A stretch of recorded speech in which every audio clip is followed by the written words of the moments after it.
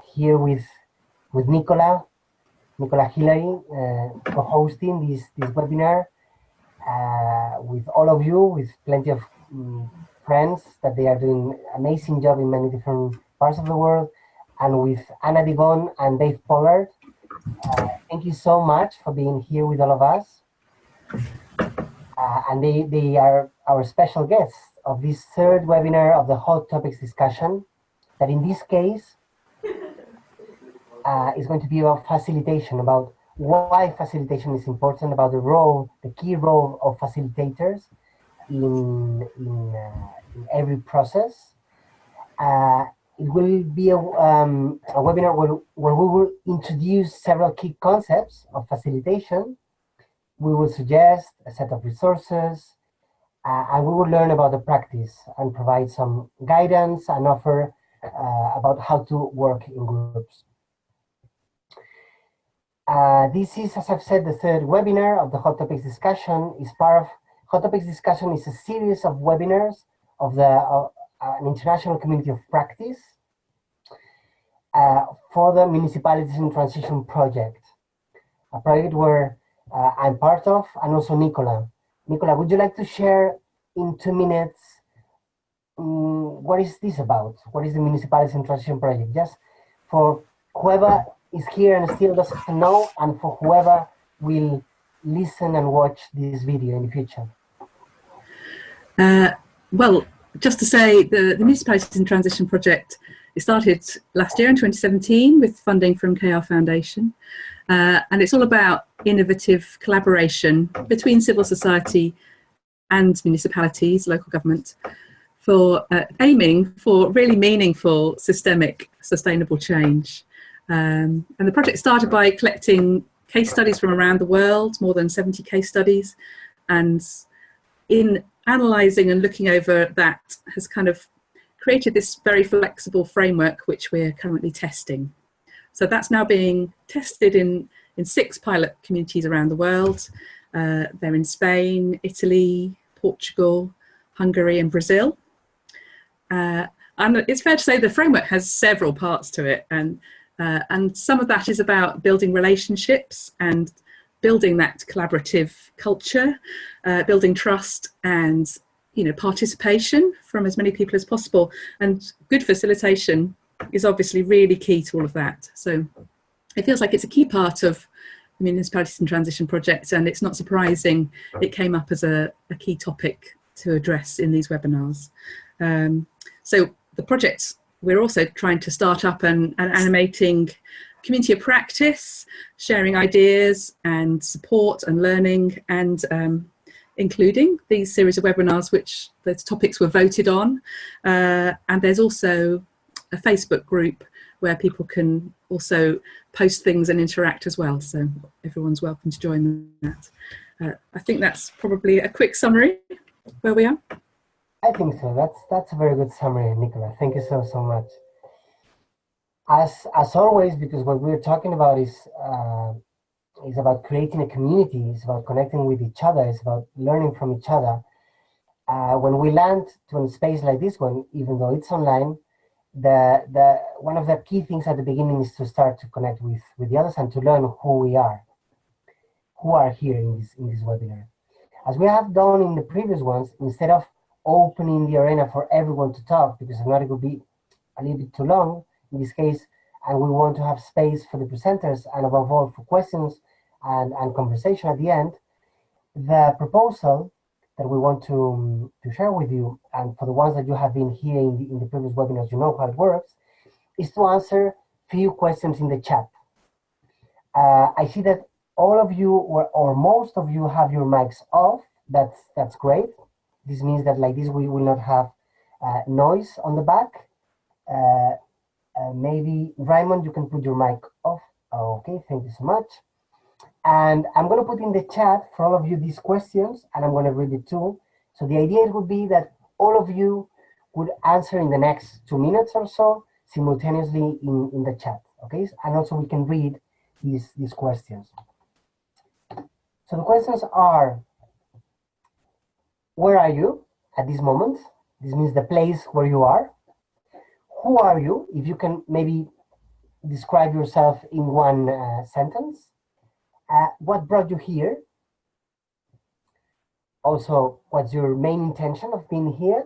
And finally, a little bit more formal, but doesn't mean that less important, if you agree that this recording will be shared publicly, because this is very important, and many people have asked us if it could be shared after. So here the invitation, and in the next 2 minutes or so, if you want to answer this question and put it in the chat to share to everyone, it would be great. Thank you so much.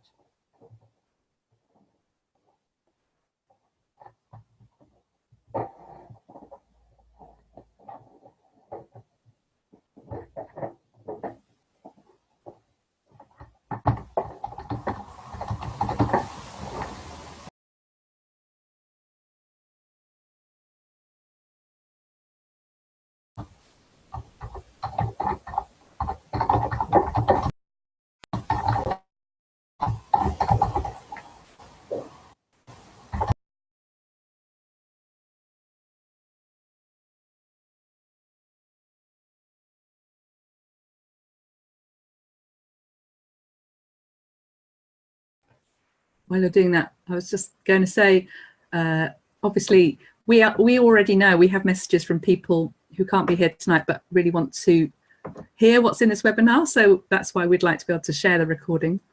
And we do need to ask for your permission because of the data regulations. But of course, if you want to withdraw your permission at any time, you can just let us know.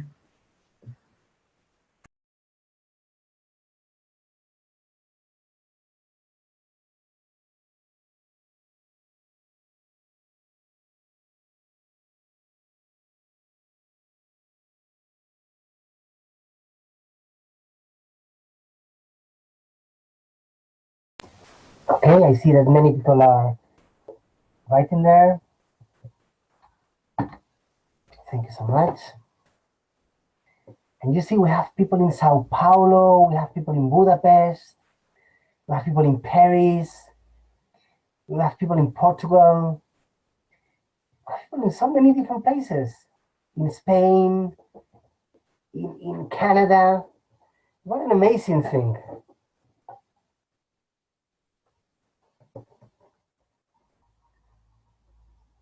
In Johannesburg, in South Africa, but that's amazing. I think that right now we have people in, well, for the moment, 3 continents. If we consider South America and North America the same continent, we have in 3. But this is really amazing. Okay, so I don't know if everyone has done it, but if not, I think let's continue and well, you can do it through the way. So I think that the best thing we can do is to invite our guests to start with a short talk that they are going to share with us, maybe more or less 10 minutes, each of them, and later we will have an open conversation where we will have the opportunity to share and resources, ask about experiences, things that work, whatever we want. And we're going to start with Ana Digón. Thank you so much. She's right now in Brazil also, but she normally lives in Mallorca. Isabella from Sao Paulo makes the hands like that. So funny, so good. So so Ana, well, maybe you can present yourself better, but Ana is translator, she's facilitator too, and many other things. And she works with regenerative agriculture, and she has been working facilitating in many different places. Well, you can see also in the that I share here with you, also for Dave. This is the event.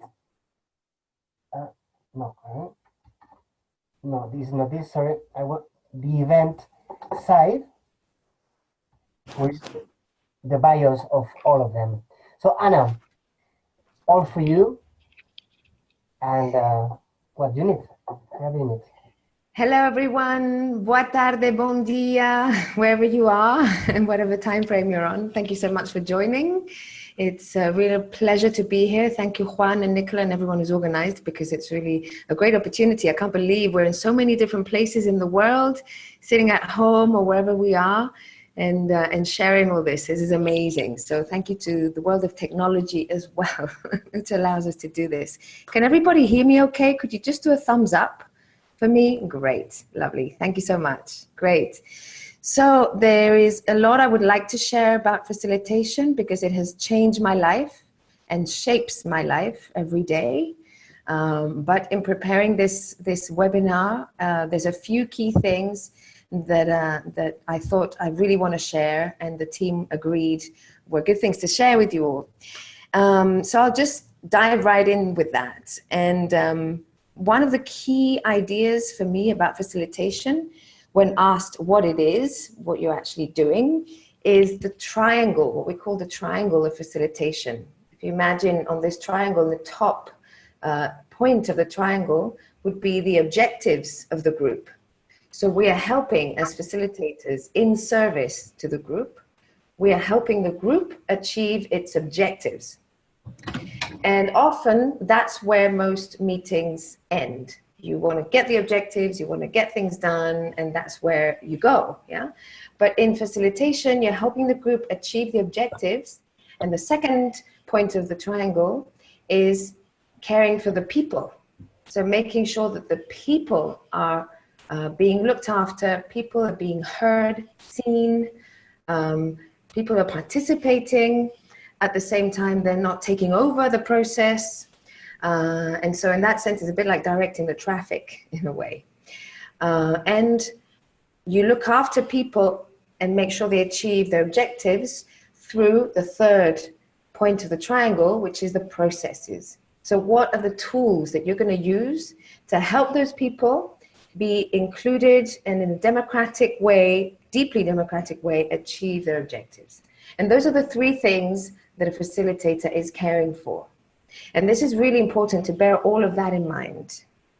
So not get lost too much with the objectives, just that, but also not get lost with the people and the feelings and that needs to be included, but you can't go off in that direction either, unless we all agree that's what we're going to do with this time. And in order to do that, the toolbox of the processes is key to every facilitator. And every facilitator will have their own style. So you need to find your style, develop your style, learn tools that you like, practice them, and that will increase the scope of the processes that you can help groups walk through. In that sense, another very key idea is the idea of the inner dimension of the facilitator. We all have our patterns of thought, our beliefs. We all have every single possible role is within all of us. And we need to recognize that. Even the dark side, even the bits I don't like about myself, the things I don't think I am, like I'm not racist, I'm not classist, I'm not, yes you are, we all are. You know, we're all made, every single human being, of the same stuff, but in different proportion. So we just need to recognize that we're made of all of that stuff. And some things are more prevalent in me and more visible, and perhaps I like them more, and other things are more hidden, darker, maybe I don't like them. All of that is me. So the inner dimension of the facilitator is absolutely essential. You need to be working on yourself. You need to be doing the inner work that allows you to walk with a group and really be in service to that group. And there's many ways of doing that inner work. I've found a number of different methodologies along the way that have helped me enormously in my own personal path, and also in the work I do with other people. And I would just like to name a few in case everyone's going, well, what can I do? Well, there's a lot of ways to do inner work. One school of thought that I absolutely love is deep ecology. Joanna Macy's work, absolutely amazing. This helps the inner person and the group and humanity as well, yeah? Deep ecology is something to really look at. There's another methodology which is called process work. Process work, again, also deals with the group, but is very much about learning about yourself first and those dark sides, and understanding things like roles and things like the role of power in groups. This is really essential to understand from my point of view, for your life, really, for everything. Another methodology I really like is called co-counseling. It's got to do with deep listening. And so there's different levels and different types of listening processes that need to happen for your inner growth and for the group to function. And you can use these tools in groups in different ways. More light to just get good ideas out of people, deeper levels to actually go into more of an emotional human learning process. So co-counseling, a very good one. Another one, for example, is family constellations. This is really useful to see other aspects of what's going on in your life, your family tree, your stuff, where's it coming from? It's not all yours, it comes from the family too. So this is really interesting work. And also there's a branch of that that's called organizational constellations, which are really interesting for groups. You get to see a lot of stuff that is not visible, but that is actually also at play in groups. So those are 4 that I really wanted to mention: deep ecology, process work, co-counseling, and family constellations. And then there's many more ways, meditation. There's so many ways to connect with yourself and to see within, so that you can be more present when you're with a group, and you can hear and accept more voices instead of becoming activated by somebody's comment or by somebody's way that makes you angry or pissed off, or a little bit like, well, I don't like him. So, this will be evident when you're facilitating, even if you don't say a word. Energetically, people notice, and then you start to get into this struggle, So you really need to be open to all the voices and accept, and this is a really key sentence from one of my teachers, Jane Hera, which is 2 things. One is, don't rescue anyone. Don't rescue anyone. Everyone's the owner of their own process. So don't rescue anyone. Don't feel you have to rescue people, okay? Yeah. And the other one is that everyone does the best they can with the information they have at each moment. So there's very few people who are actually mean and nasty and deliberately. There are, but the majority of people, especially in these kinds of environments, are literally doing the best they can with the information they have right now. Therefore, this helps not to judge and go, oh, well, he's a bit of a, It's like he's doing his best. She's doing her best, So let's work through this, yeah? So these are interesting things to bear in mind when you're facilitating. And I really, really encourage that you do inner work before and after you do a session. You need to have some time, you need to have some hearing time, you need to understand what went on, what happened, what moved you. I find that every single facilitation event, for me, is a huge learning process. And if I can have some time afterwards and some process for me to learn what I was meant to learn from that session about myself, this is great. Every time I do a session, facilitating a group, I learn about myself, and that makes me a better person and a better facilitator. And finally, another part I wanted to share with you is something really important that I feel is really important about the kind of spaces that we need to create for groups. And Ulises, another of my favorite facilitation teachers, Ulises sums it up into 4 different groups. There's many ways of looking at this, okay? But this one I particularly like. 4 different spaces that every group should be looking after. Firstly, is the space of meetings and decision making and projects and budgets and blah, and the work, let's say, yeah? Now, most groups stay there. We have a meeting, we deal about things, we make decisions, we assign tasks, we pass on information, blah, blah, blah, yeah? That's the space where we're, let's say, doing the work that we're meant to do as a group together. Many people stop there, but the other 3 are really important. The second one is to create spaces for creative moments, brainstormings, moments where everybody can go crazy and not think about the budget and not think about, is this possible or not, or, because otherwise the guy or the girl who's in charge of accounts always has to think of accounts and be the downer who, whenever somebody comes up with a great idea in the meeting, goes, oh no, but I don't have any money, that person deserves to get creative too. And the person who's very creative also needs to be realistic about things and think about the budget, you know? So if you, when you're directing the traffic, if you say, okay, now we're going to get practical and do that first space of decision, now we're going to get creative. Everybody's going to get creative. Get the crayons out, get paper, get funky, get outside, get into nature, you know, just do stuff that helps people connect with their dream, which is what actually moves us. Yeah. So that's the second space. The third space, really important, emotional management. And it needs to be separate from the rest. Otherwise, emotions, conflict will take over the other spaces. You're in the middle of a meeting, somebody bursts into tears, I'm really upset, there's not fair, blah, blah, blah. It's like, this is an emotional moment. You need to assign the time and space for this. If you try and push it out and say, no, but we're dealing with the budget right now, that person will not feel good and will sabotage, probably. It's natural. But if you say, okay, do you think we can deal with this in a different moment because we have some time, or we're going to make some time for that? That person will be calmer. And you can say, you know, can we deal with this at this moment? Who would you like to have present? How would you like to deal with this? Okay, yeah, great, fantastic. Can we continue with the meeting? Is that all right? Yeah, is that good? Yeah. And you'll find that all these fires that are there will settle if you assign time and space. There was a time in my life where I went traveling for a year and a half, visiting communities to see how they organized from the human aspect and facilitation aspect. Fascinating trip, a year and a half. And one of the things that we came out with as a really clear, really like evident conclusion was only the groups, communities that spend an agreed time, moment, and methodology on emotional management will be able to make it. Will have the resilience, will have the growth within the group that you need in order to traverse the difficult moments.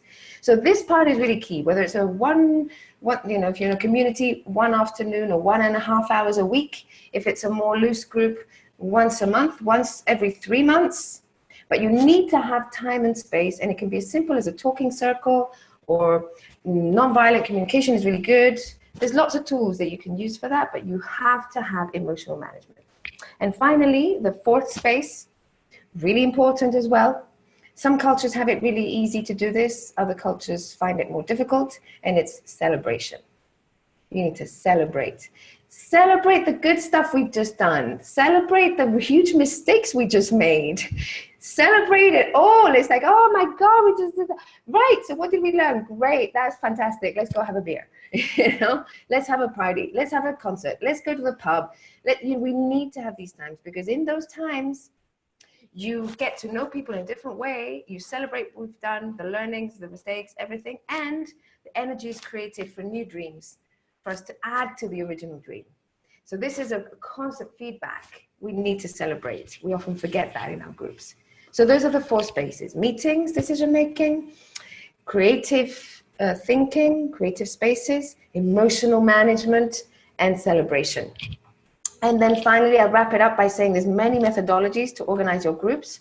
I'm particularly fond of, for example, dragon dreaming. Fantastic, really fun. Sociocracy, love it. Yeah, lots of useful stuff there. And there's different versions of that. And also systemic facilitation is something I really like. Something that's very holistic and also includes that deeper, subtle energies. All of these do, but those are some really interesting ones. So there you go. Thank you very much. And I found all of this very useful in my personal life and also in my work life. And in fact, I no longer participate in meetings that don't have facilitation, because otherwise we enter into the old patterns. And that's not what we want. We want a new world. So thank you very much.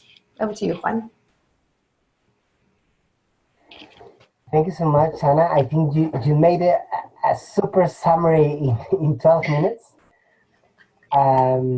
I know that few or many of us, we know or we have heard about these things, and it was great the way you frame it and you connected all these dots. Thank you so much. And it was quite fun, I have to say. Yay, great. Thank you. I enjoyed it. Thanks. Yeah. So now we're going to go to Dave Pollard. I know Anna is right now in Brazil in a very hot place, and right now we go to Dave. That is very early in the morning for Dave in Canada, this is, I'm sorry, but I'm so amazed about the diversity of the places and the people here. And Dave is going to talk us for the next 10, 12 minutes about, about other techniques and about other points of view to complement what Anna was saying and to have more points to start the conversation after. So Dave has a lot of experience on innovation, having worked as an advisor for many years, but later he stopped and he has been working on facilitation for a long time. So please Dave, go ahead, all for you. Thank you. I had the experience of working for about 40 years as an advisor to small business, during which I learned to be a truly horrific facilitator. Worked with many people who gave me some clues as to how to become a little bit better as a meeting facilitator, and I facilitated hundreds of meetings. When I retired, I happened to meet up with some people who were professional facilitators.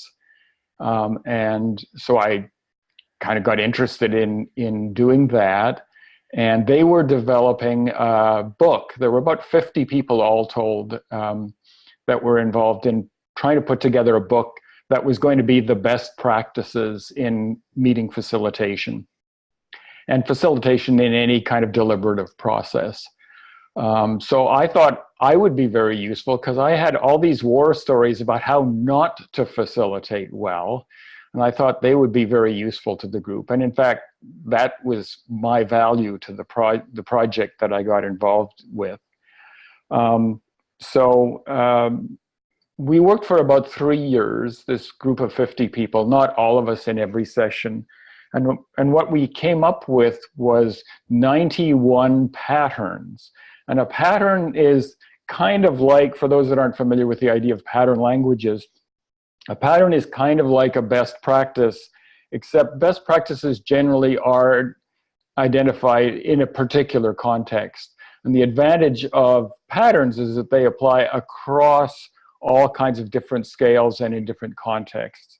So the best definition I've heard of a pattern is things that just work, that you want to invoke as much as possible, both in planning an event and in the moment when issues arise.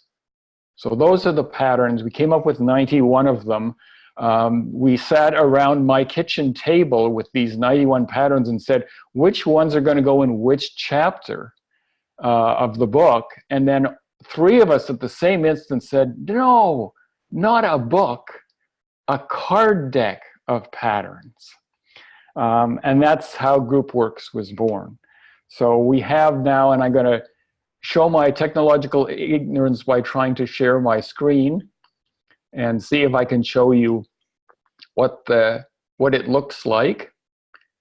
You can, Dave, that's it. You can, perfect. All right. So now if I can move the pictures out of the way, I can bring up what I wanted to show you. So if you want to learn more about this, groupworksdeck.org is the website. I'm hoping everybody can see what I'm showing on my screen now. Thank you. In the corner of this first slide, you can kind of see a picture of the deck and the cards and the brochure. You can buy copies of the deck. It's a nonprofit organization. We sell them basically at our cost to produce. Or you can download them for free, and Juan is going to share a whole bunch of resources where you can download these in any of 4 different languages and use them to your heart's content. The cards kind of look like this. This is one example of a card. Each of the 91 cards has the name across the top, an image, and we fought like cats and dogs to come up with the ideal images that represented each of these 91 patterns. Then there's an explanation underneath about what the pattern means, and then there is a connection to the related patterns, and there is underneath that in the lower left, you can see this flowery symbol, a symbol that represents which category it falls into. And the categories are basically the kind of the equivalent of the chapters of the book. And here you can see the 91 patterns sorted by category. The categories, so an example of a pattern, for example, is holding space. So holding space sounded like new age jargon to me when I started getting involved with facilitators, but I quickly learned that it is really core. The idea that a facilitator's job is to maintain a safe space, which brings out the wallflowers, keeps the dominators under control, allows everybody to feel safe to be able to say what needs to be said in the session and ask their questions and so on. So the 91 questions fall into these categories of intention, context, relationship, flow, creativity, perspective, modeling, inquiry and synthesis, and faith. And faith was the interesting one, particularly when we presented this to business audiences. I was concerned that they might say, oh, no, we don't do those kinds of things in our meetings. And I was amazed to find the business people were saying, finally, yes, at last, people are starting to recognize how important this is in the context of meetings of all kinds. And we do have Celebrate, by the way, Anna, as one of our patterns that was identified.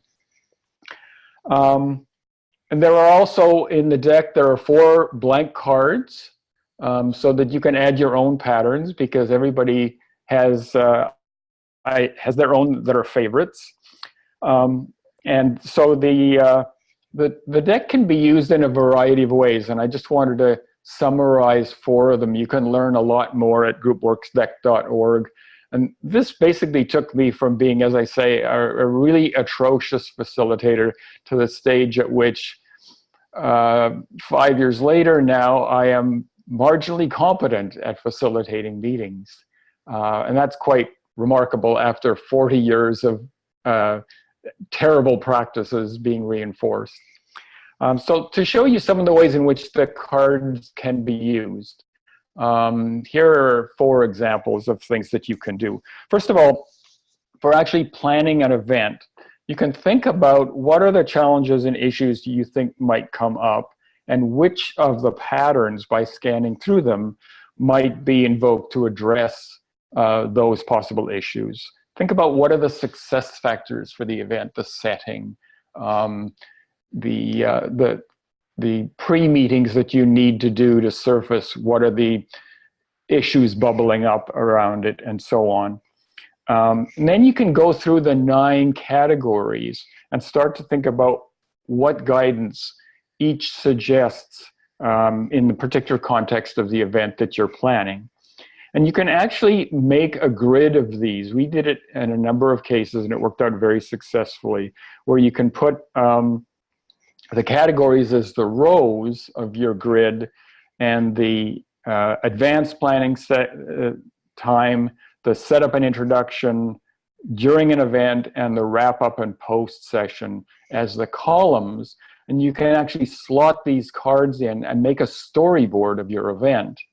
And then you can think through the entire event that way. And when it actually happens, you can do a post-event review, and you can say, there's the one that we should have invoked, there's the one that we actually did invoke that made all of the difference in the session, and so on. Very left brain kind of stuff, but it's useful particularly for people who are methodical in their way of doing it. And it's kind of a fun way of planning an event, getting yourself familiar as well. A second one is for skills self-assessment, and this, of course, was the one that I glommed onto immediately, which is to pick out the patterns you're already skilled at. And I had about 10 of the 91 that I thought I was pretty good at. And then which ones you want to strengthen. And then look how to practice and improve your skill with the latter. I used Post-it notes, those little yellow stickies that you can get. And I set aside a deck in which I had Post-it notes on every single one of the cards that indicated when I had used effectively that, or somebody else had used effectively that particular pattern, or when it should have been used effectively as a reminder to use it next time. Another way you can use them is to choose a card of the day or the week and just focus whenever you're doing facilitation work on trying to invoke that pattern more effectively. And finally, one thing that we do as a group as facilitators now is something called dilemma sharing, which is we distribute the deck to our colleagues. We describe a dilemma that we're dealing with or expect to have to deal with, and have the others hold up the cards that they think are pertinent to the dilemma and discuss why they think they're important. A third application that we've actually done a video on this, which you'll find on the website, that we've used the cards for, is something that we call cardography, which is a play on the term cartography, of course. And it's useful for providing feedback on others' facilitation work. You need to be reasonably familiar with the deck and the patterns to do this, but once you get to that stage, it's a very powerful tool. So what you do is you attend or listen to, or you can even watch a video of someone else's facilitation of a session. And as you listen, when you hear or you notice a pattern that's being very effectively invoked, you play that card onto a tableau, and you work from left to right. You make a break in your tableau when there's a break in the session.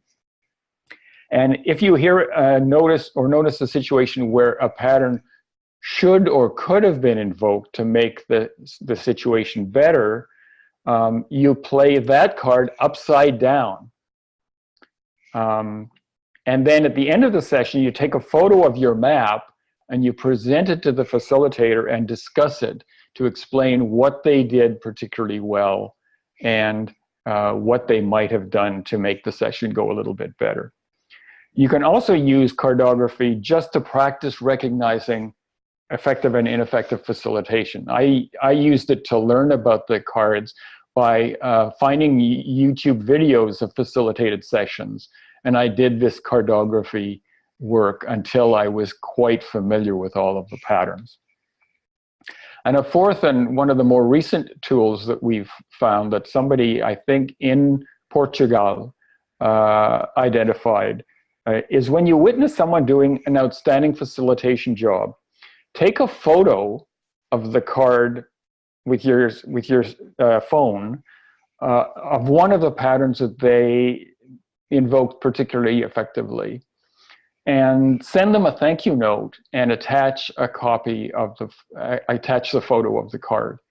It's a really effective way of sending somebody a thank you. And people who've received those have started carrying on this tradition. So now when they identify somebody who's doing really good facilitation, they're starting to take copies of the photos of the cards and send them on. And it really is heartwarming to receive one of these to indicate that you're doing good work. So those are 4 examples of how to use the cards. And as I say, they have helped transform me from a truly horrific facilitator to a more than mediocre facilitator in a short period of time. And I've been delighted to be involved with the process. And I have written often on my blog about how important I think the 2 most important processes and skills to learn for the 21st century are facilitation and mentoring. And this has done it for me for facilitation. So back to Juan. Thank you very much for the opportunity to talk to you about this.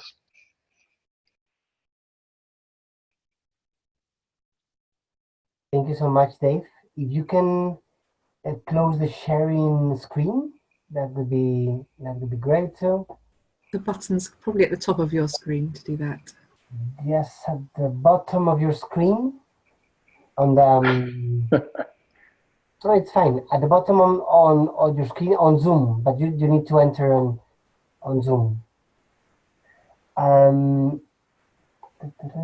Yeah, and I've shared with all of you the link to the website of this incredible resource that Dave was explaining to us.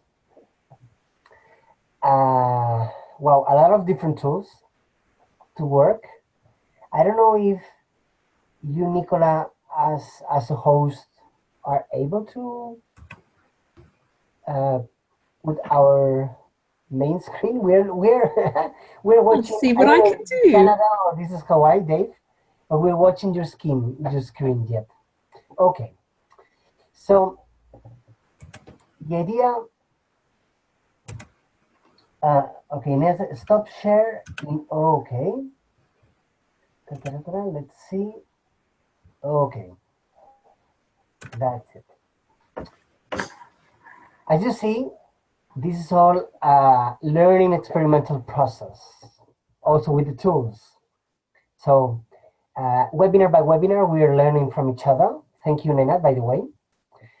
And right now, after this really nice and very important and good talks from Anna and from Dave, the idea could be to open right now the arena. We have more or less about the half of the webinar, 45 minutes, to discuss among all of us about facilitation, about the role of facilitation, about why we need to train what we need to train facilitators, why that's something that is key for all the transformational processes. Doesn't matter how we call it, if position, if the growth, if eco-villages or whatever. I don't know, Anna or Dave, if you want to add something to conclude your presentations here. And if not, we will go to open for whoever wants to make questions.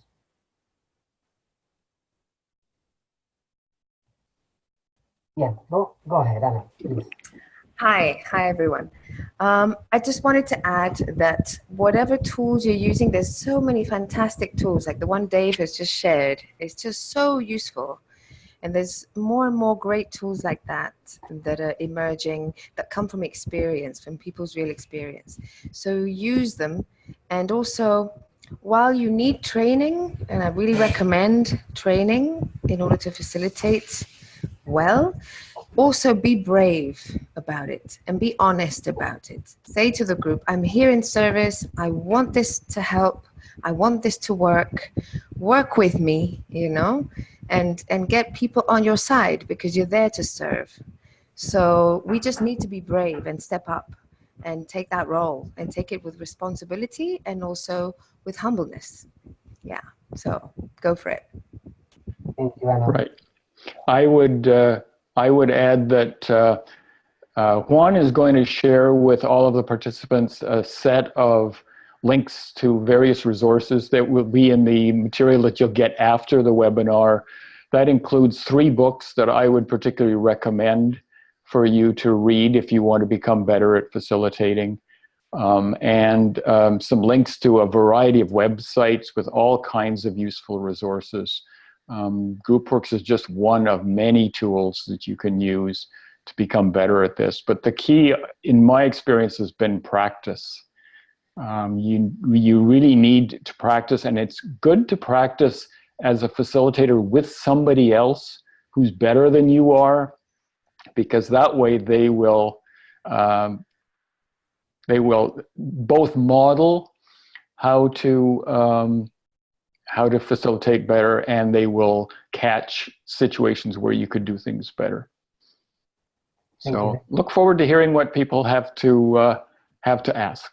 Thank you, Dave. Just to complement briefly what you both said, as in all the webinars, we write a blog in our post in our blog in the Municipalities in Transition website, where we share the recording and also we make a summary of the session.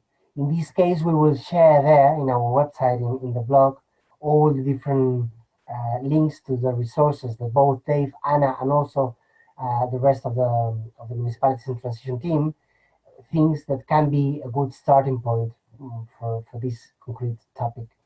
I have to say also, from my experience facilitating groups and processes, that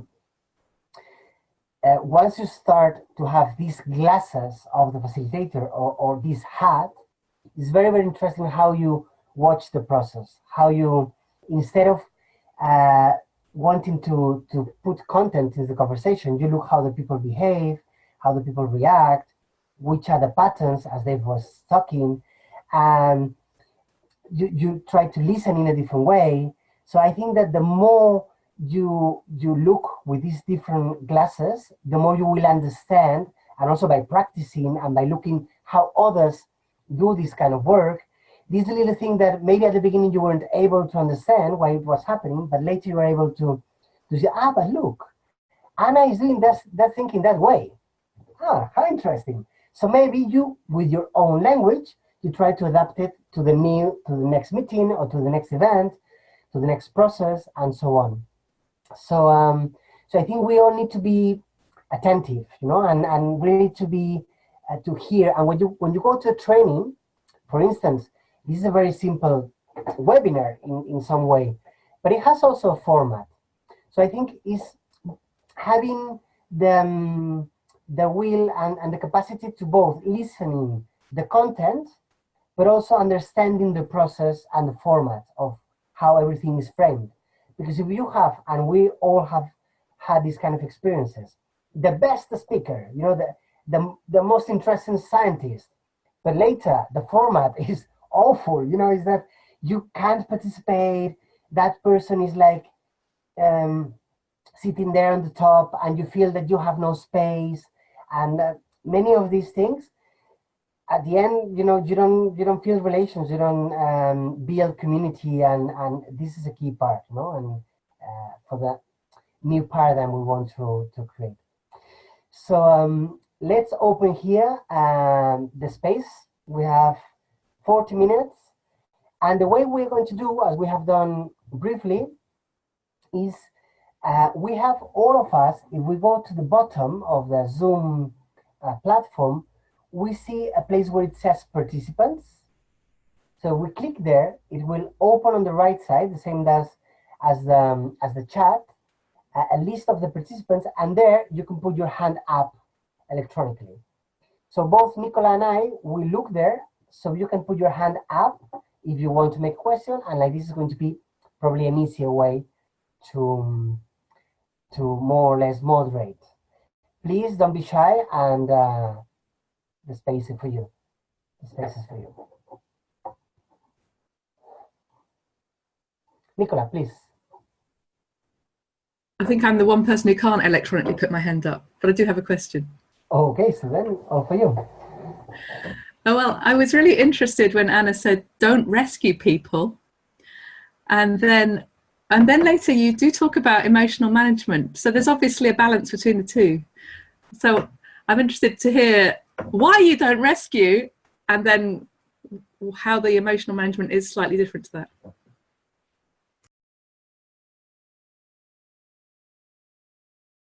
Shall I answer right away? Yes, great, thank you. Thank you for picking up on that, Nicola. Emotional management is about people having the space to share how they feel. So the things that are working for them and the things that are not working for them. And that's a really good way, a very simple emotional management process where you are just starting or you don't have a professional facilitator to help along. The two questions that you should be asking people is, what is working for me as a member of this group? And that's key, as a member of this group, because sometimes we bring all our stuff from other bits of, yeah? So as a member of this group, as the thing that brings us together, what is working for me and what is difficult for me? Which is not what's good and what's bad, yeah? It's what works for me and what is difficult for me, makes me responsible for my stuff. Doesn't mean it's wrong or bad, it just doesn't, it's difficult for me, yeah? Now, in doing that kind of, or nonviolent communication, that sort of approach to talking about the difficult emotions makes me responsible for them. And that connects with the idea of not rescuing anyone. When you create a space where people can safely say how they feel, even the difficult stuff, then we all become responsible for our own stuff. And it's just about being heard. But when somebody speaks and expresses a difficulty and you immediately go in to rescue them, you're taking away their power. You're actually being too interventionist. You're not allowing them to find the tools within them to rescue themselves. And you're putting yourself in a position of, I'm the nurse, I'm the savior, I'm the one who knows, I can help you, you know? And this is bad for that person, doesn't help them grow and become and be independent. And it's bad for you because you start to take other people's stuff on and you load up your own bag. And that happens a lot, especially in these kinds of groups. You know, we're wanting to create a new world, so we want to care for each other. There's a difference between caring for people and rescuing them. So when I care for somebody, I create the space that you can talk about your stuff and you feel safe.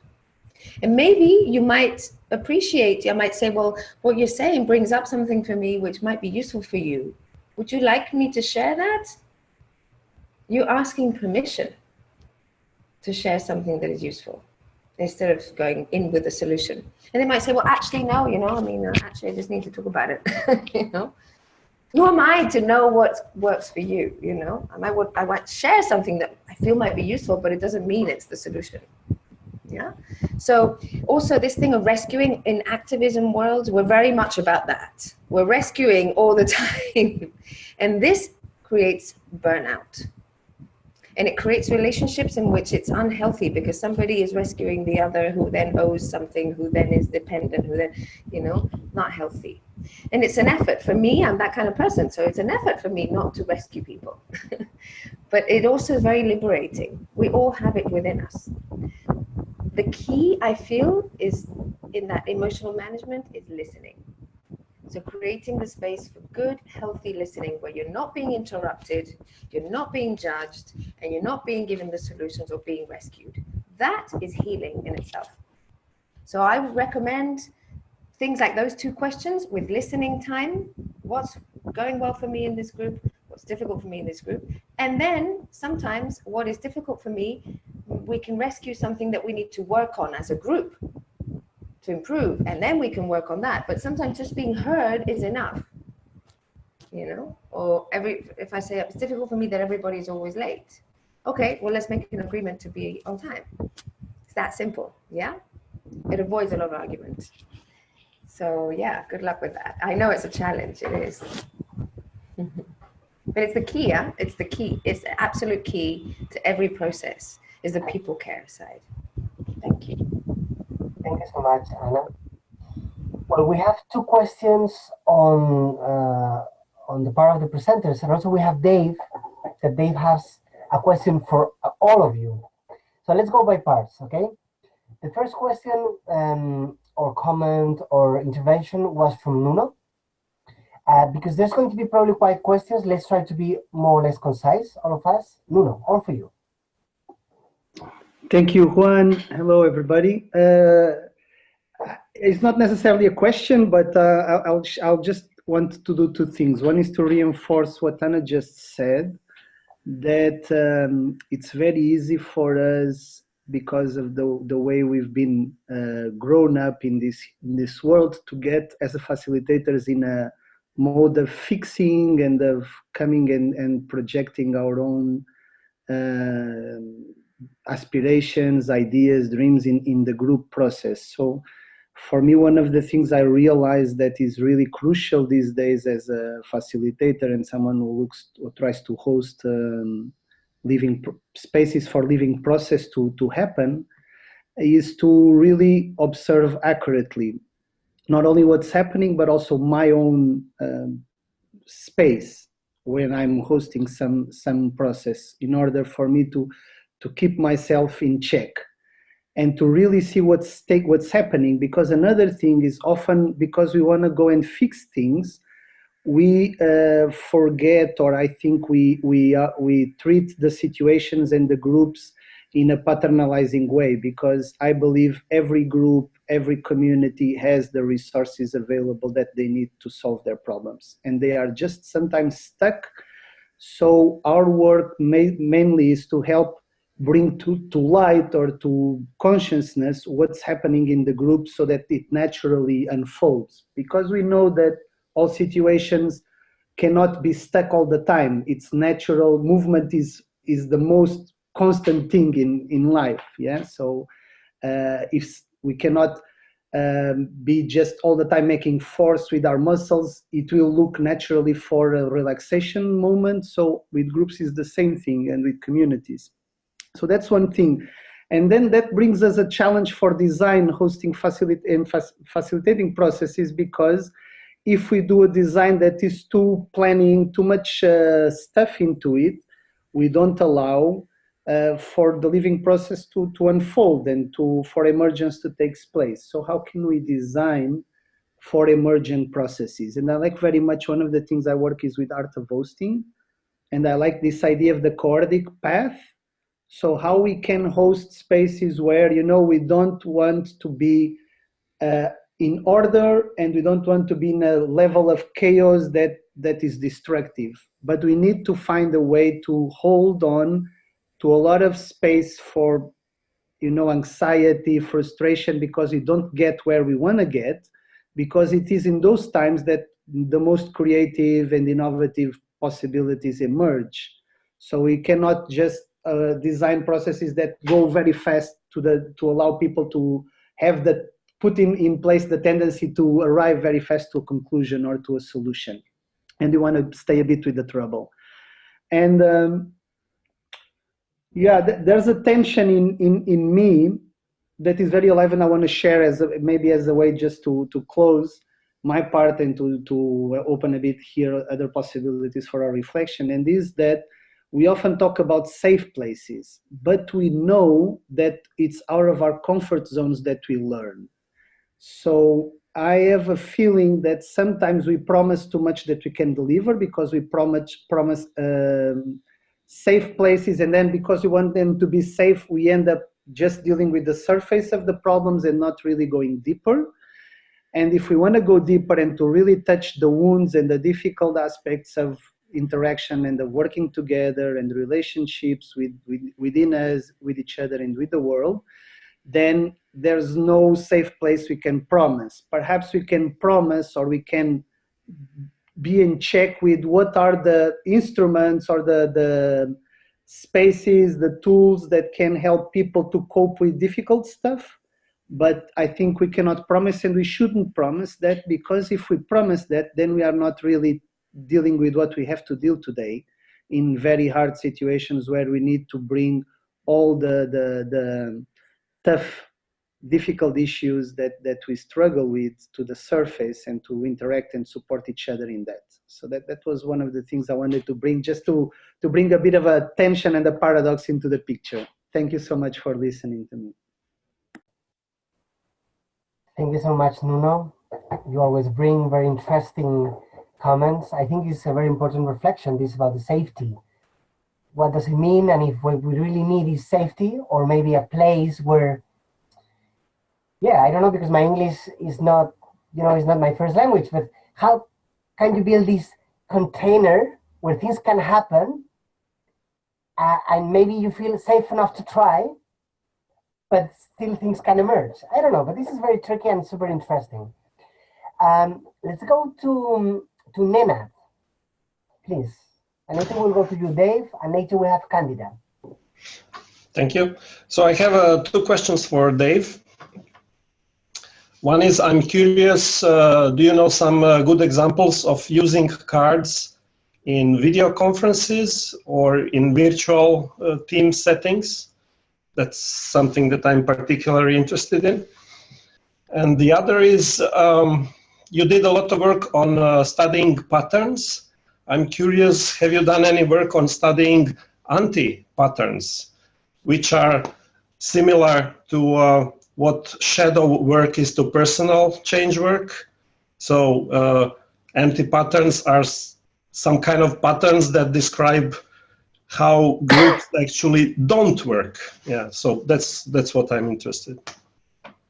Right. We have a number of people who are part of that 50 facilitators who work primarily online, and they have actually started using, in some situations, they will hold up the card in front of their video to indicate that a pattern has been well used. That's kind of a thank you, and to hold it up upside down in situations where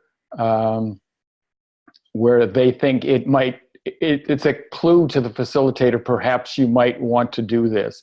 So I was in one session where they held up the card. There was some conflict developing among the participants, and they held up the card "Tend relationships" upside down as a signal to the facilitator that they needed to intervene and make sure that both people were being heard. As for anti-patterns, I think that was kind of my specialty. A number of the patterns in this particular deck came as a result of my stories of counterproductive, volatile, hostile situations that had arisen. And we took an appreciative inquiry approach to developing the pattern language. So every time we had an anti-pattern, we turned it around and we said, what is the pattern that could have been used to deal with, to discharge that particular situation? And there's also been a suggestion that what we might do the next time that we print the cards is to put the anti-pattern on the other side of the card. So almost like the problem was on one side of the card and the solution is on the other. But patterns aren't quite like that. They're not solutions per se, but exactly. Thank you. I'm glad to see those. I've seen those cards around in a number of places, and they're great. Thanks. Yep. Collaboration supercars. They are new for me. I don't know them yet, but very interesting. If you can put another resource there, later we will try to share all these resources for everyone. Thank you so much. And thank you, Dave, for the answer. Well, Dave, you were making a question to our participants, isn't it? You were making a question about, let's get in the chat because many people... Power dynamics. Yeah. So if there's some of our participants that would like to share a little bit about how to deal in facilitation with power dynamics, isn't it? So somebody from our participants would like to talk about that, maybe share one of their experiences? Or should we hear from Candida first? Well, Dave made that question first, but and later I will go to Candida, yeah. Thank you, Nicola. So somebody would like to, maybe someone that still hasn't talked, and also I'd like to make an invitation to all these 8 people that we can't see their faces, if they are not shy enough to put their camera on also, because when we are working online, it's always very nice to see each other. So thank you, Gary. And if there's any other people that with the camera off that you want to put it on, that's great too. Thank you, Stella, Lara. So going back to the Dave's question, somebody would like to share something about how have you dealt with power dynamics in your groups? I'm particularly interested in the power dynamics that arise in municipalities. We've just had an election, and I found that in many cases when you're dealing in group sessions with members of the public and members of the municipality, particularly the mayor, you can get into very, very difficult power dynamic situations. In many cases, people are intimidated by elected officials, and they will come at them from a hostile, defensive kind of perspective. So I'm just interested, I don't have any direct experiences with it, but I'm just interested if any of the participants have had experiences with these and how they have been able to regulate and deal with these power dynamics so that they don't interfere with the process of accomplishing what the meeting is trying to accomplish. I don't know how to put up my hand. Do you mind if I just unmute myself and speak? Okay, go ahead, Sharon. We self-organize. This is emergency, so go ahead, Sharon. I like that. Later I will go because we have also Nuno, Anna, and Candida. Okay, go Sharon. Very quickly, I have worked inside of a municipality, and I have helped to organize a group of women who were supporting people to not only run for office, who were supporting women to run for office, but also to get other people who were interested in the municipal process to learn how to speak to the people on the big side of power, on the official political side. So my suggestion would be take time to do the work of teaching your groups or finding resource people like myself in your own municipality about how not to be intimidated, what information to use, how to speak within the 7 minutes, for instance, that's allowed in our city council to present something, how to bring a support group with you.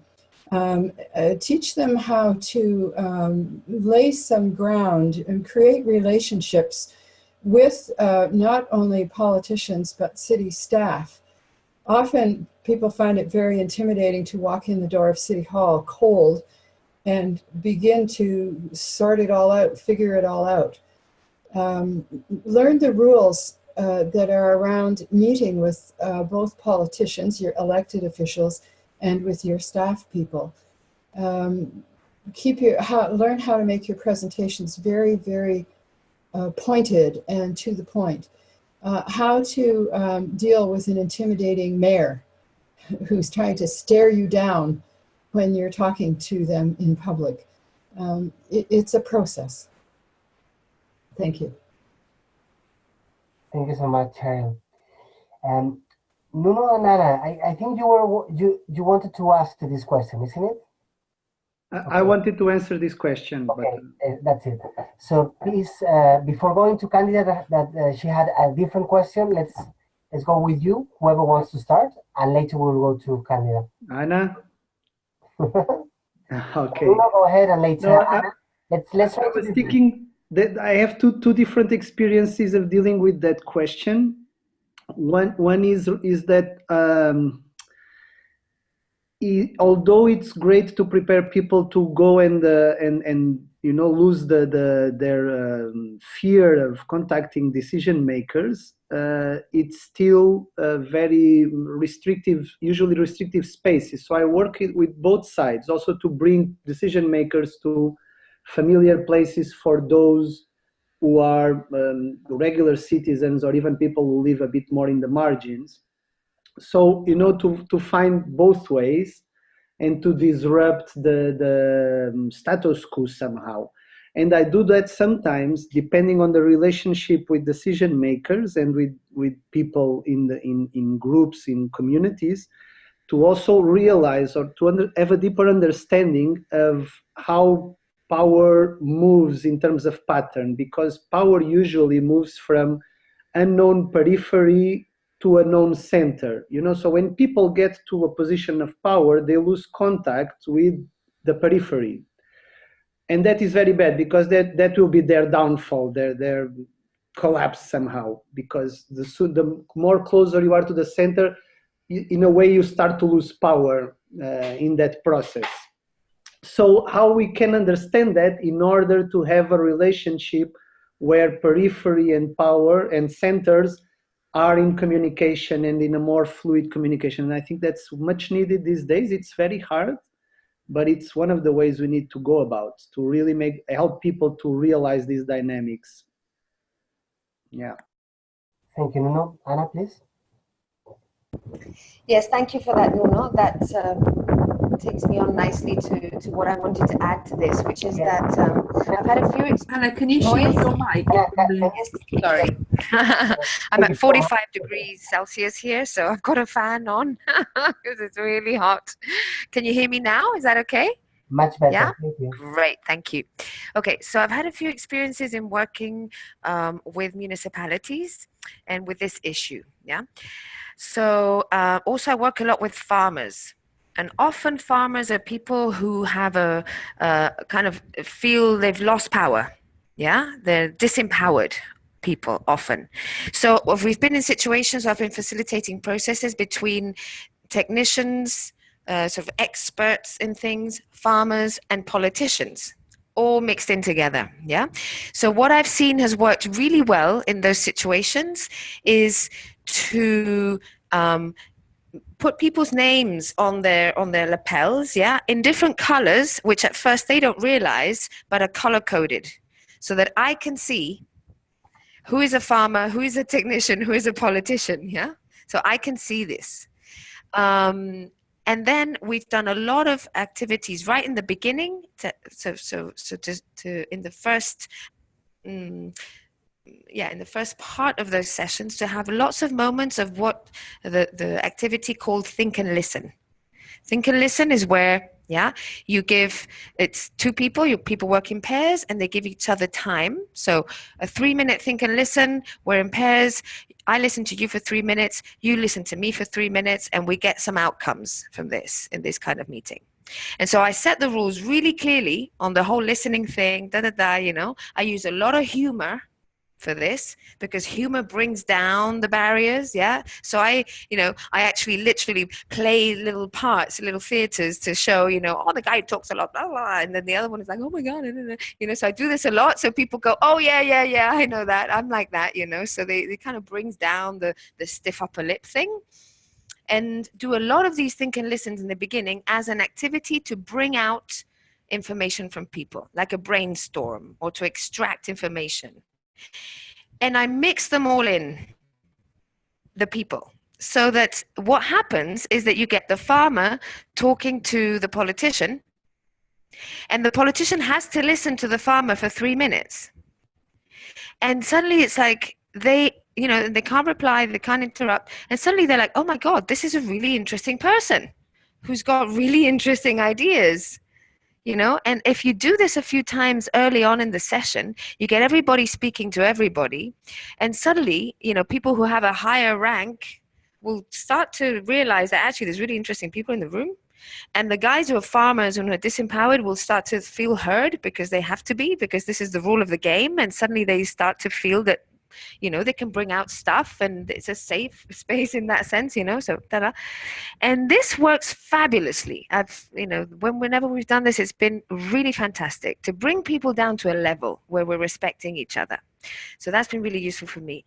And also often when I found the power struggle happening with the facilitator, yeah, so you've got people in the room who feel a lot of power, you know, and they may probably feel insecure or threatened by the fact that there's a facilitator, you know, and so they attack the facilitator.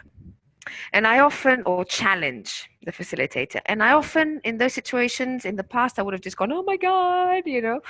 But through inner work and stuff, I've gotten braver. And now I see it as, okay, here's my inner critic, my inner voice that's like, you're not doing this right. You shouldn't be doing that. Who are you to tell me to blah? This voice in my head, which is a damaging inner critic, is sitting there in front of me. It's out of my head. It's sitting there, and I can see it now.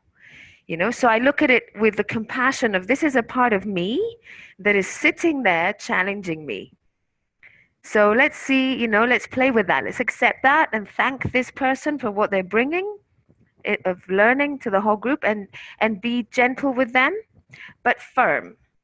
I found when you're working in that kind of situation, and also in business environments, I need to really hold the position.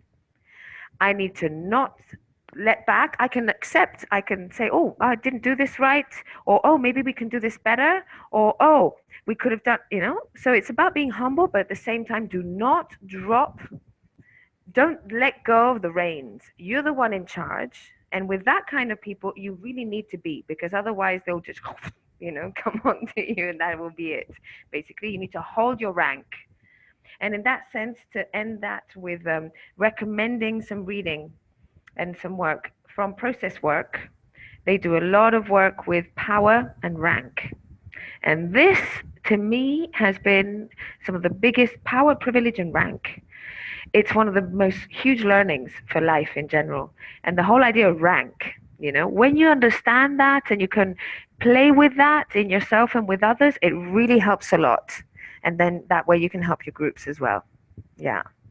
Don't be scared. And one last thing is prepare. Really prepare when you're going to be facilitating anyone, but especially if it's going to be municipalities, business, or people with a lot of rank. You need to really prepare the session. You need to go in there knowing that what you're going to do is fabulous, and at the same time know that it may not happen. You need to have a really clear plan, and at the same time you need to have a plan B, plan C, and you also need to know it may just all go out the window, you know, because something else will emerge, as Noona was saying, and what is needed right now is not what's going to happen. I remember one time I went really prepared to a meeting that was really tough, and when we started, it was about budget, blah. Did a first round, one word, how does everybody feel? Sad, upset, depressed, crying, blah. It was like, whoa, what's happened here? Turned out somebody had died that day. This is not the day to talk about budgets and make the big decision. It is not. So, the plan I brought, I could have stuck to it and gone, no, but we need to, the dates, you know, no. Okay, this is not the moment. We need to do something completely different. Let's talk about that person. Let's celebrate that person's life. Let's have a bit of a weep.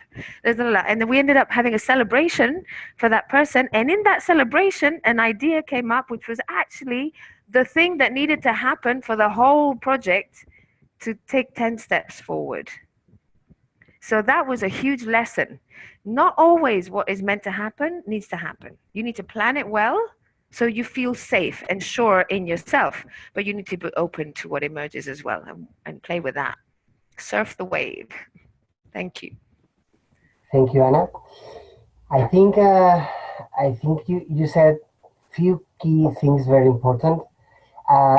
One of them that it has to do with creating these spaces and the opportunities for people that they are very diverse and normally they don't have opportunities to talk to each other, to connect. And this is something that we're trying to do in the Municipalities in Transition project, because it's all about creating bridges between civil society and people working in municipalities and other actors to together listen to each other and see how we can collaborate to create change and transformation. I just want to share with you on the chat a little article we did about the training, the Municipalities in Transition training we did in Santorso this year in March, where we had more than 20 people from both municipalities and civil societies for 4 days together. And it was very, very interesting. At the beginning, you know, all this diversity, and at the end, they were all together just like a family. It was very interesting. All this think about the flexibility and being able to adapt, that the facilitator needs to have a toolbox. And if you see that the process go into one direction that is very different to the one you were planning, then what you can't do is to maintain your plan. You need to be able to adapt and feel the energy of the group and being able to adapt. And just to mention, when you were talking about rank and process work, a book that most of you probably you already know, which is Sitting in the Fire, Farnell Mingle, and is basically is probably the basic book about it. I will put it also in the blog. So and also, well, many things have been shared here on the chat between Nena, Dave, and others of the experiences. I think you can read it while we go, and I think it's time. Thank you for the patience, Candida, because we were entering in all this other side. We're entering our last 10 minutes. A lot of amazing stuff here. I know we're just on the surface and we could go much deeper, but I think for an hour and a half, we're going super deep. Candida, this is your time, please. Thank you for sharing. Hey, thank you. Well, that's part of the process. So I'm in the opposite side than you, Anna, in terms of weather. So it's quite cold here. And I'm watching the sunset while I'm listening to you. And I had two questions. One was partially asked. It's, Anna, you mentioned the 4 dimensions to take care in a group. And you illustrated just now as well, the celebration with what comes. My question was, I use a lot the tool, the practice of way of counsel, of being in circle, listening. it's quite supportive, and it's one of the 4 things you mentioned. But also, we integrate, my learning has to be to integrate other things and work and celebration inside this practice or with this practice. So my question would be to Anna or to the others, is there any specific tools for one of those 4 moments? And did you mean that they happen in different timings, or they can happen all in the same session with specific timings? Well, it can be both, but if you had something to add to this, I would like to know. The other question was to Dave, but I can search more on the website, is if you have a group process to use the cards, how would you do that, a dynamic for the group process? What's present? Because you mentioned one person bringing something and then the group mirrors. So I was thinking the opposite. How can we mirror a group dynamic with the cards, if that's possible? And thank you so much for this opportunity of being here and with all this diversity, and your resumes were amazing. And thanks for the facilitation of the session as well. Thank you. Thank you so much, Candida. Well, so she was asking for tools for all of these spaces. So I don't know, Anna or whoever wants. Anna, Yeah. Well, just briefly, there are many different tools for each of those spaces, and a lot of them are going to be shared in those resources that you're going to get afterwards. Yeah, so some I've mentioned, others Dave has, and some will be in those resources. I feel that in every meeting, there should be the 4 spaces. The 4 dimensions should be cared for in every meeting. And you can do it by doing an opening circle where everybody says one word about how I've come here, how I'm walking into the room. That is emotional management. And by doing the same when you finish, how am I leaving? That is emotional management. When somebody makes an intervention and everybody goes like this is celebration. You know, when we stop and have a tea break and have a bit of a blah, you know, that's celebration. If we sing a song, if we do a game, that's celebration. That's people management, emotional management. So there's ways of having everything come in. And I think the skill there, or the art, is how you're going to bring together lots of different moments where people can go through that travel, that voyage of different spaces together in a way that's the role of the facilitators, to put that together, but also help people voyage through knowing where we're at. So framing things. Right now we're doing this. And when somebody goes off on one, you know, and as Jane Harrow used to say, takes a session with the group and suddenly goes into an emotional thing, but we're talking about budget. Now we go into emotion. Okay, just a moment. I'm hearing that you really need to talk about this, and this is a really big emotional thing for you. Do we all agree we're going to stop talking about budget to talk about this? Because if we agree, that's great. But if we don't, then we need to, you know, we need to stick to what we said we would do and assign a different time for this emotional side. So it's about not squashing it, because it will emerge in other places. It's about giving it the time. And if we decide it's right now that is the time, we all need to be in agreement. Because if it wasn't on the agenda, then this is not a group agreement. Yeah. In that sense, a word for group agreements. Really important to have group agreements as to how we're going to conduct ourselves in these meetings. And that has to do with safety. So Noonas not here now, but when he was saying that earlier, group agreements, I always say the first one, speak and listen with respect.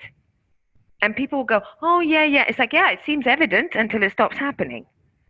And then when it stops happening and you say, excuse me, I think you're being a bit rude, or I think this is not the way to speak to someone, then you're the one who's like, oh, well, you're stopping me from expressing myself. Or you get into a whole other conflict. If we all agree from the beginning, speak and listen with respect, when somebody is feeling a lack of respect, they're actually entitled to say, I'm not feeling like we're losing that number one agreement. You don't even need to say the word respect, yeah? So that also needs to be happening in order to create a safe space, is the group agreements. Few, but deep. And sometimes very obvious stuff, but it's obvious until it stops happening. Yeah. And finally, you were saying, does it need to be different spaces? I think it's very healthy for the emotional management to have a specific time and place for that, because it takes time. And if you have an hour and a half for emotional management, you don't want to be talking about the budget as well. You need to go into that space with that frame of mind and leave that space with that feeling as well. So I think that part does need specific time and space dedicated to it. And the celebration too, as well. You need to have parties. You need to do stuff, that is not just in the meeting. Thank you, Candida, for your questions and your patience. Thank you, Anna. Dave. And with this, we will go more or less to the closing, just for you to know. Dave, go ahead. Okay, I guess there's an answer to Candida's question, but it's a long one, and I'm not going to have time for it. And it is around what happened in Calgary. The city of Calgary, this is a really interesting case study, put 6,000 of their employees through training in the use of the GroupWorks deck as a language for facilitation, language for communication. And I can share with you separately for your blog what the experience is with that. But that's the best example I have heard of how the GroupWorks tool has been used to, on the one hand, teach basic facilitation skills to a large number of people, and secondly, to engage the whole community in the process of applying the best practices. So that's the kind of the short answer. I guess the other part of it is the fact that these patterns are called pattern languages for a reason, and that is that they have their own vocabulary, they have their own syntax, and you can't force people to use a particular language. A language is an evolutionary thing. And what we're starting to find now is, because of tools like GroupWorks and other tools, books and so on, certain terms have entered into the language of facilitators. And it's when they enter the language that it actually becomes a collaborative, a group process, a way of expressing ourselves. Sorry, that's not very clear, but I guess the language is still evolving. Thank you so much, Dave. Nicola, please. Oh, I just wanted to leap in, because there's so many brilliant links been posted in the chat. There is a way you can save that chat. There's a little button at the bottom of the chat where it says more, and if you click on there, you can save the chat. There's an easy way of preserving all those links for posterity. Thank you so much, Nicola. Well, we're entering right now to this last minute of closing. I'd like to say thank you to Dave and Anna. I think you have brought here a lot of experience, a lot of expertise from different corners of the world. And of course, to first Nicola for co-hosting with me this webinar, and to all the participants that has been here. We have been more or less about 20 participants from 3 different continents for an hour and a half, very intense, a lot of super interesting information. We will share with all of you in the next days in the Municipalities in Transition website, the recording and all these resources, a lot of them. And yeah, and also Nicola has shared here on the chat the link to the Facebook group for the community of practice of the Municipalities in Transition.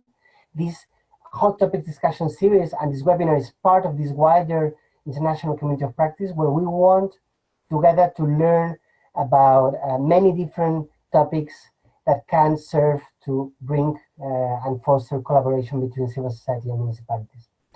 And just to end, the next webinar is going to be, we will have, I think, 1 or 2 webinars in January already. I don't know, Nicola, if you remember the dates? Or Tommy? Tommy's also part of our team. 17th of January. And 17th of January, we have the next one with a completely different topic. So you can look there. So my invitation, it would be if each of us could write in the chat one word, something we are taking from this 1 hour and a half that we have shared, something you are bringing home, or something that it can be good for you, for your work or for your life. And after that, we can put all our mic on, and we can say bye in all our languages.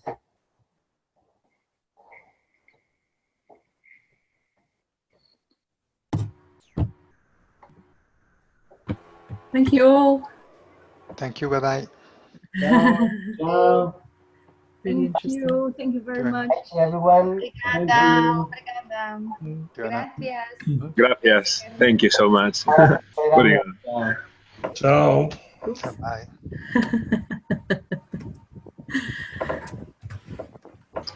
Bye, Nicola. Bye. Anna, love the content. Nice. It was great, Isabella, to have you here with us, and the same Lara. Yeah. And you needed to come to São Paulo. Yes. São Paulo. Stay in touch. Okay, thank you.